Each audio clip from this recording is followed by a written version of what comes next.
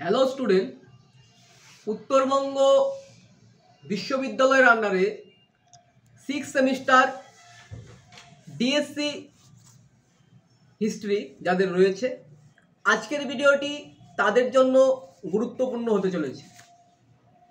আজকে একটি গুরুত্বপূর্ণ টপিক নিয়ে আলোচনা করতে চলেছি এই ভিডিওতে।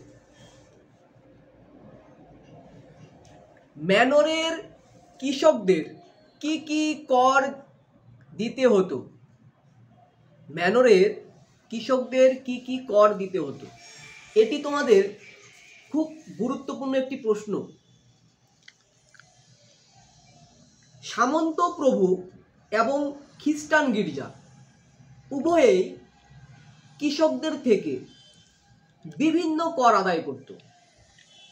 আমরা দেখব যে তারা কি কি কর আদায় করত কৃষকদের থেকে। প্রথমে একটা করের নাম বলি, সেটা হচ্ছে কার্ডি বা বেগার। এখানে কি হতো, কৃষক তার জমি চাষের জন্য ম্যানর প্রভুকে নির্দিষ্ট পরিমাণ কর তো দিতই, তার সঙ্গে সঙ্গে কি করত, সপ্তাহের একটা বড় অংশ প্রভুর জমিতে বেকার খেটে দিত, অর্থাৎ বিনা পারিশ্রমিকে তার জমিতে কাজ করে দিত।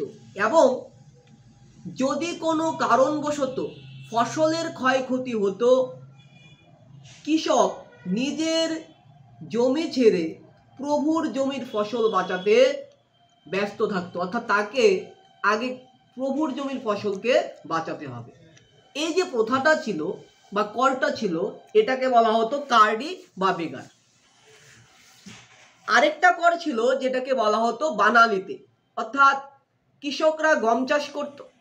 সেই গম চাষ করার পর উৎপন্ন গম যখন তারা পিষতে যেত প্রভুর কলে,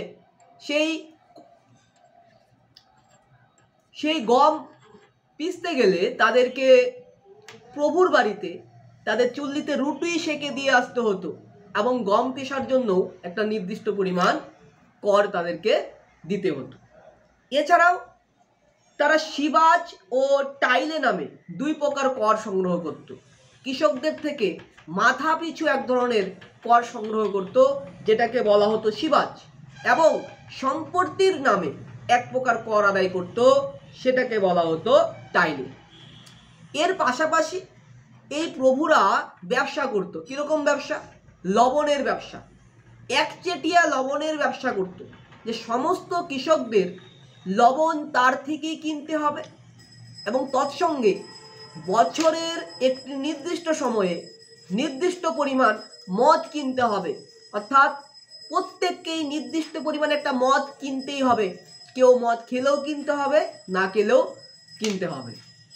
এছাড়াও আর কি কর ছিল, বিভিন্ন রকমের ধর্মের নামে বিভিন্ন ধরনের কর আদায় করত, যেগুলোকে বলা হতো ধর্মকর।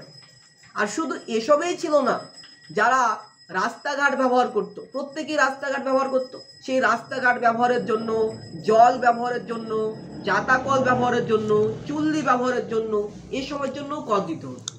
এমনকি যদি কৃষকদের মেয়ের বিয়ে দিত, ছেলেরা যদি যাজক হতো, বা কোনো স্বামী স্ত্রী যদি ঝগড়া হতো, সেই ব্যাপারেও তাদের সামন্ত প্রভুদের এবং খ্রিস্টান গির্জাদের কর দিতে হতো। অর্থাৎ ম্যানরদের এই জাতীয় করগুলো দিতে হতো। ধন্যবাদ।